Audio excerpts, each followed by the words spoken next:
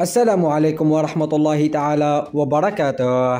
في الآونة الأخيرة اتخذت الدولة الجزائرية قرارا بمنع سير الدراجات والسيارات المزعجة، وذلك في إطار جهودها لتحسين جودة الحياة وتوفير الراحة للمواطنين ليلا. وتعتبر الدراجات النارية من أكثر وسائل التنقل شيوعا في الجزائر، ويستخدمها الكثيرون في حياتهم اليومية، إلا أن استخدامها بشكل غير مسؤول ومزعج يتسبب في إزعاج السكان خاصة ليلا. ومع تزايد عدد الدراجات النارية في الجزائر، اتخذت الحكومة هذا القرار للحد من هذه المشكلة، ومن خلال هذا القرار ستتم معاقبة أي شخص يقوم بقيادة دراجة نارية مزعجة ليلا بالغرامة أو السجن أو حجز الدراجة لفترة محددة.